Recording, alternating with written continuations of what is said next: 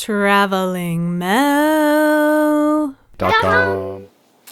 Hey, I am Melinda Harrison, and I'm excited to be here today talking to you about exploring beyond Yellowstone's boundaries into the Greater Yellowstone Ecosystem. And first off, you can see I'm not actually in Yellowstone right now. I'm in another one of our national parks, Guadalupe National Park in Texas. But I'm super excited to chat with you about my first love and my backyard, Yellowstone. A little bit about me. I help people plan their trips to Yellowstone through my website, YellowstoneTrips.com, and my family adventure travel blog, TravelingMel.com. But I have a long history with Yellowstone. I've lived in the Greater Yellowstone Ecosystem since 1997, between Jackson, Wyoming, Bozeman, Montana, and Livingston, Montana, and worked as a guide in the park and in the area around the park for 3 different companies, and of course spent lots of time hiking, skiing, rafting, playing, and just really loving this area. So you probably know this already, but the Greater Yellowstone Ecosystem is the area around Yellowstone, whereas Yellowstone is really the heart of it at 2.2 million acres. The bigger whole Greater Yellowstone Ecosystem is around 20 million acres. And don't quote me on those numbers, but you gotta get the idea that there's so much more than the park. So there's national forests all surrounding it and other public lands, as well as these gateway communities at Yellowstone's 5 entrances, or within an hour of the entrances. 3 of those in Montana, 2 in Wyoming. And that's what I want to talk about today, is doing things outside, because we love Yellowstone, but there are a couple advantages of exploring a little farther afield. One is that there will likely be fewer people, which is always nice. And 2, there are a lot of things you can't do in the park, and rightfully so, but that you could do outside the park, like whitewater rafting or mountain biking or a whole slew of other things. So there are some other advantages too, in that the gateway communities have, a lot of restaurants and hotels and theaters and other kind of things you can do. So those are what we're going to talk about. Before I get too far into that, though, I did want to tell you that I am putting a landing page on my website so that you can access information to all these things I'm going to talk about, so you don't have to remember them all or write them down really quick. So that will be YellowstoneTrips.com/Yellowstone-Summit. And from there, you'll be able to access information to all these different places. So these gateway towns make a great base camp for both exploring Yellowstone proper, the national park, and exploring the area around it, and really kind of rounding out your trip. So let's start with the north end of the park. About 50 miles north of Yellowstone, you have Livingston, and then the Paradise Valley, and then Gardner right at the north entrance there. And Livingston and Gardner are both charming, small Montana towns. Livingston's a little bit bigger, but and Livingston's where I live, so I have a little bit of a bias towards it. I think it's probably the best town in Montana, but it kind of epitomizes that small town Montana feel. So there's some great dining options and lots of art galleries and some boutique shops, boutiques, I guess you would call them. So you can just spend a day kind of wandering around, grabbing coffee, checking out the art, and maybe going to a movie or seeing a theater production at one of the 2 theaters I think we have in town. And so that's a really nice base camp. And of course, the Yellowstone River runs through there from Yellowstone, through Gardner, Paradise Valley, Livingston, and then all the way out to North Dakota, of course. And so there are a lot of activities centered around the river, especially in summer. Fly fishing, of course, is famous for that. And you can take a luxury wood boat tour, which is really fun, or just scenic floating. You can rent a raft or go with a guide, float down the river. That's kind of our favorite thing to do in the summer, or a paddleboard, or however you want to experience it. And there are many trails that lead from not too far from Livingston, lots of in-town trails too. So you could rent a bike or an electric bike and ride around or walk around. One trail in particular that we all love is the Myers Riverview Trail, because there are art installations along the way, and you always see bald eagles there and can walk along the river. It's a great community resource.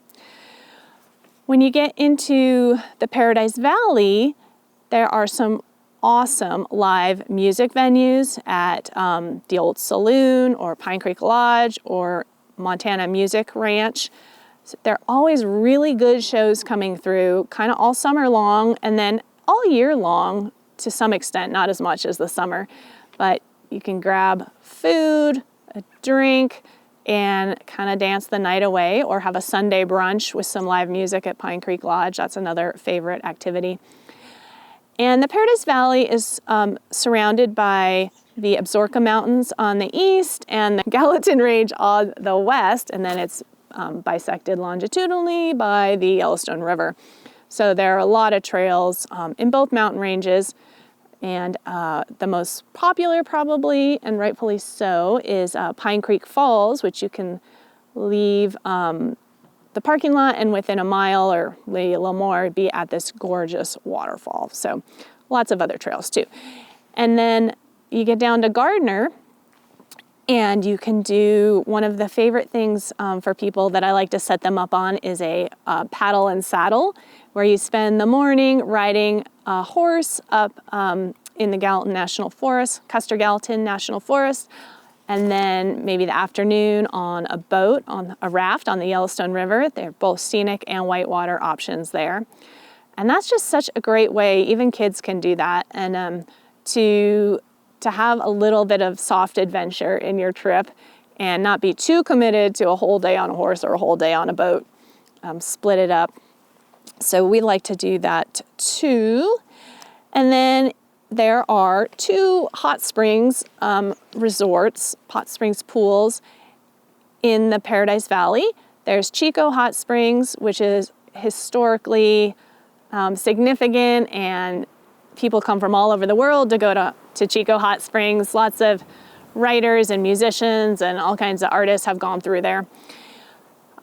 And they have lodging as well. And then there's Yellowstone Hot Springs about 8 miles north of Gardner, which has, doesn't have lodging, but has some big pools, and it's newer. And that's kind of a great place to soak after a day on the trail or just a day lounging around. In the winter, everything's a little different, but you can do cross-country skiing on a lot of the trails. You can rent skis in Livingston at Dan Bailey's, or you can rent skis in Gardner or at Mammoth at the Bear Den inside the Mammoth Hotel, and explore on cross-country skis or snowshoes, or go dog sledding up Mill Creek. And there's no shortage of things to do any time of the year. And we're not that far from Bridger Bowl if you want to get a few downhill turns in on your trip. When you move over to the northeast entrance of the park, you get into Silvergate and Cook City, both tiny little Montana towns, and it's probably the quietest and most sylvan part of the outside the park, gateway town.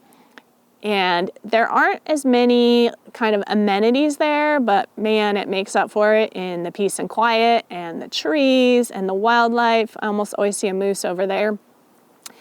We like to stop at the Log Cabin Cafe for a trout dinner or their famous pumpkin bread.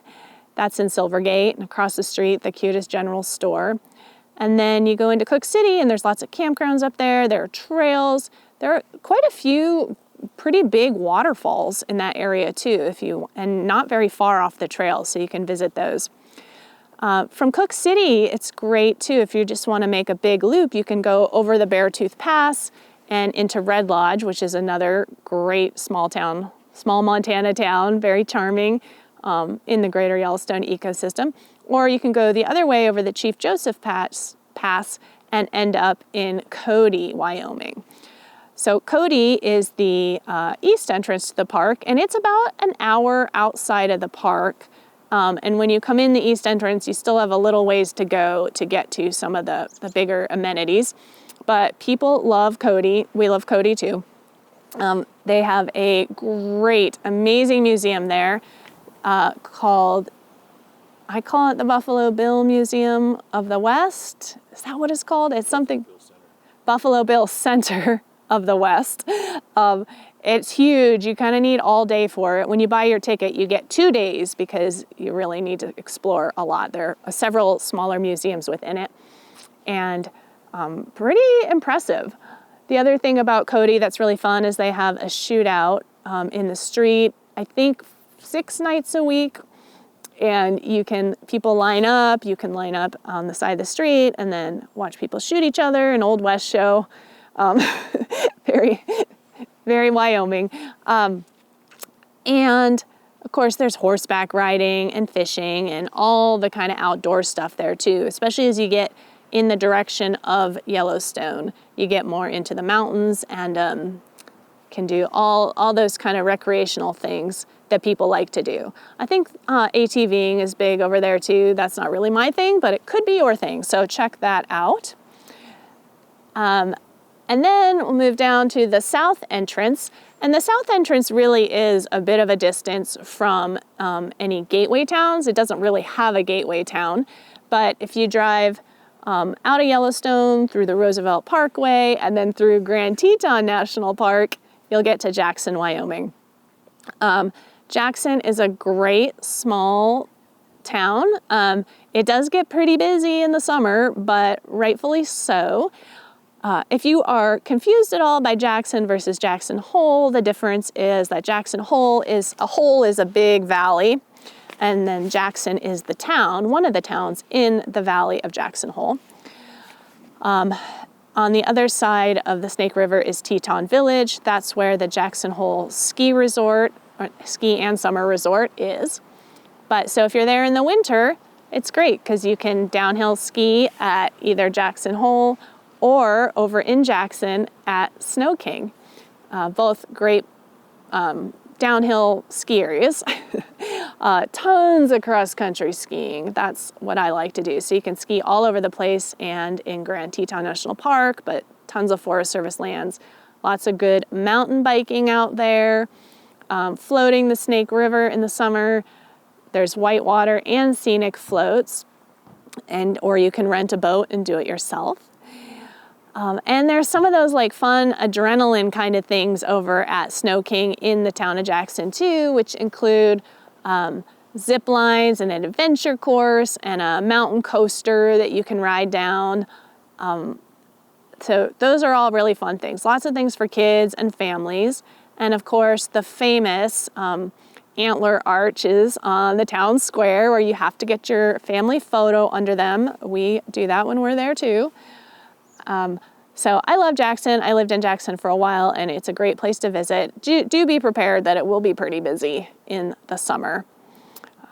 But there are also some theater and like a melodrama, vaudeville is the word I'm looking for, theater, which is really fun when you're there as well. So another thing I'll mention that you can find kind of outside of Yellowstone around the whole thing, the whole Greater Yellowstone Ecosystem, are dude ranches. And that can be a really fun addition for a family or a multi-generational trip as well, because everyone can kind of do their own thing to some extent. And you can ride horses, but also, there's archery and canoeing and hiking and a lot of food, always a lot of food at all of these dude ranches, which is really fun. We have stayed at Brooks Lake Lodge in the summer and just had a blast. And we love that in the evening, you can kind of pick what you want to do the next day. It's not set up. Some dude ranches, you kind of have to do what you kind of have to do. Everyone does the same thing, but you tell them what you want to do and you get set up. And of course there's spa services and massage and all that kind of thing too. So let's go around to the west side of Yellowstone, the western Greater Yellowstone Ecosystem. And we go from Jackson over Teton Pass and then up through Island Park, which I'll get back to because that's a pretty cool place to visit too, and into West Yellowstone, Montana. So West Yellowstone is the place I recommend people staying if they want to stay in one location and visit as much of the park as possible. It's the most central location, although I always tell people try to stay at least 2 places, so that'll cut your driving down. So if you're staying outside the park, maybe stay in West and then Gardner, or Cody and West, or however you want to split it up, but split it up because it's a lot of driving. The park is big and it's the smaller, and it's a small part of the whole ecosystem. So West is a great central location though, and it has kind of an old Western town. It's super touristy, but that's what you're here for, right? So lots of restaurants, souvenir shops, just like Jackson, like Gardner, all those things. But there are a couple special things about West Yellowstone. One is the Grizzly Wolf Discovery Center, where you can get up close with grizzly bears and wolves and raptors. And these are all animals that can't be released into the wild. So it's nice that they have a place. And, hopefully you aren't going to get that close to those animals in the park. You want to see them from a distance, but you don't want to be as close as you can get there, so you can check them out. They have a great kids program too, where they can go into the grizzly bear enclosure when the bears are not there and hide food and for the bears, and then watch them come out. And they learn a lot about wildlife there, which is really, really worth it. And that's another place where your ticket is good for 2 days, so you can split your time. Right next to it is a giant theater, which is, formerly an IMAX theater, but with that huge screen, you can see movies.